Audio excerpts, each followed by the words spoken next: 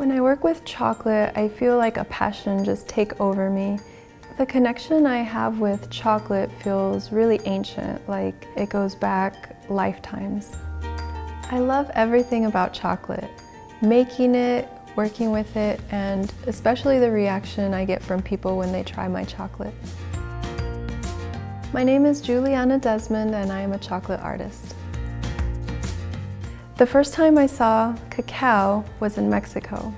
It grows on a tree and it grows in this big pod and it's full of beans that are covered with this white fleshy fruit. And what people do with the cacao, they ferment it and then they roast it to become chocolate that we know. That smells good, Juliana. I'm making chocolate. Ooh. I'm gonna put it in the fridge and it'll be ready in 20 minutes. Great, can I have some then? Yes. I became inspired to work with chocolate after 7 trips that I had taken to Mexico. During my travels, I had a lot of ideas for art that I wanted to create. I do hand building, mostly sculptures. Because I was traveling so much, I didn't have the opportunity to create. When I came back to Tucson and was a little more grounded, I got the idea, why not make molds that are food safe and I can pour chocolate in them. So first we're going to start with making a mold with a thermoforming machine. This is typically used by dentists for making dental implants. I use it for making chocolate molds. Turn the heat on and this top part will heat up. It's going to get pretty loud once I turn it on the vacuum.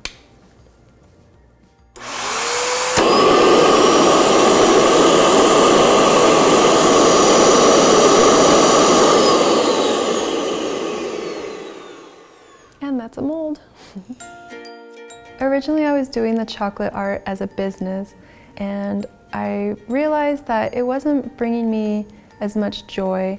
I was losing my passion and enthusiasm for it as an art. It became repetitive and realized that I had to shift my perspective. I allowed myself to dream up a plan to take the art of chocolate making to Mexico because that's where cacao originated, but the people there don't have access to equipment, to the practices of fine chocolate making. Those were all developed in Europe and never made it back to the land where cacao originated. So now that it's cooled, take the tray out of there and pop the design out, and there's your mold. This here is a silicone mold that I made of some cactus. And this is the thermoformed mold that we just made. Now I'm going to pour the chocolate into the molds.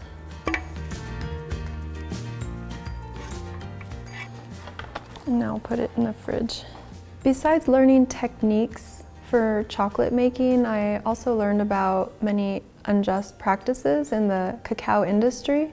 I planned a trip to Tabasco, Mexico, where most of the cacao grown in Mexico comes from, and I reached out to a co-op that helps farmers process their beans, dry and ferment them.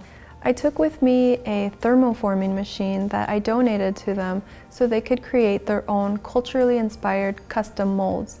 They gave me a tour of their co-op, and that's when I realized I could make a difference. And I taught a 2-day workshop so they could learn how to make truffles themselves. The class that I taught was mostly women, and they were all very excited and enthusiastic about learning new methods of processing their cacao and new recipes to make with it, because typically in that region of Mexico, what they make is a beverage. And they were very excited to learn how to make more than just beverages. Okay, so it's been 20 minutes. We're gonna pull them out of the mold and see how they look. My favorite chocolate is a truffle because it has cream and butter.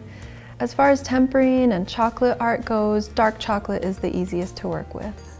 Oh, wow. I like the way you packed it because they're a single serving. I like that. Very Those cool. are gorgeous. Yeah, they are. Awesome, thank you so much. Thank you very much. Yes, we've got desserts for the whole weekend.